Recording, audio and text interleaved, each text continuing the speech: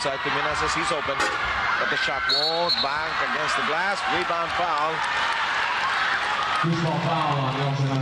And even Asayton and Redfield. In the championship, you're not supposed to like each other. You're not really supposed to hurt each other, but there is going to be that physical contact. And remember, that rebound that Asaytono had against Red. And as you said, this just may spawn a great following kung ganyan ang kanilang attitude every game. And obviously, yan ang gustong makita ng management ng batang Red Bull. Another foul given up by Augustine. Pang-apat na yan from the atom bomb.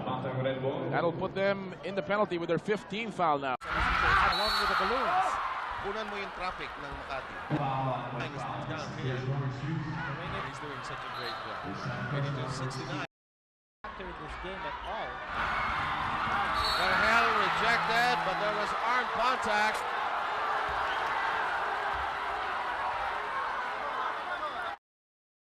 Back in. He can't wait much longer. There's no next. Looking up at the clock. Open si Asaytono, Asaytono finishing with a foul from JV Gayoso. It's a 5-point lead and possibly more, depending.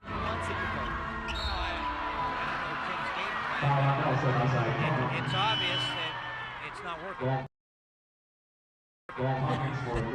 Isolated, he's inside, and the defense collapsing on Romy De La Rosa. Referee Chua, however, sees it as a foul on Samboy Lim, his 4th personal. Holding on to his nose a bit.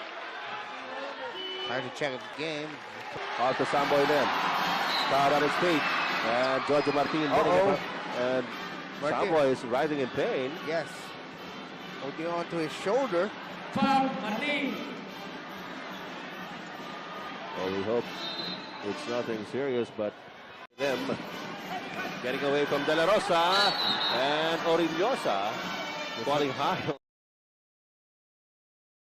Boy Lim couldn't stay up there as long as Samboy. King. Uy, nagawa ni Bong Alvarez. Laban kay Gayoso. And there's gonna be a blocking foul. It's a play na to. What a move. Watch this steal first. Una, agaw. And then, talagang si Alvarez nagpapakamatay. May planong pumunta dyan sa may Quiapo. Baka magdasal na lang muna sa bahay. Maiintindihan naman tayo ng kasaray no. Samantala, dumaan sa depensa si Paul Alvarez. Dinaanan si Marlo Aquino and a 3-point play opportunity.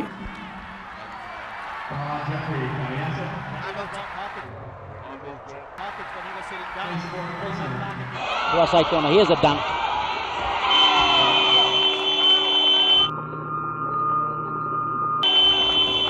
And with that dunk, Priorities. Who do you think won it for Sunday?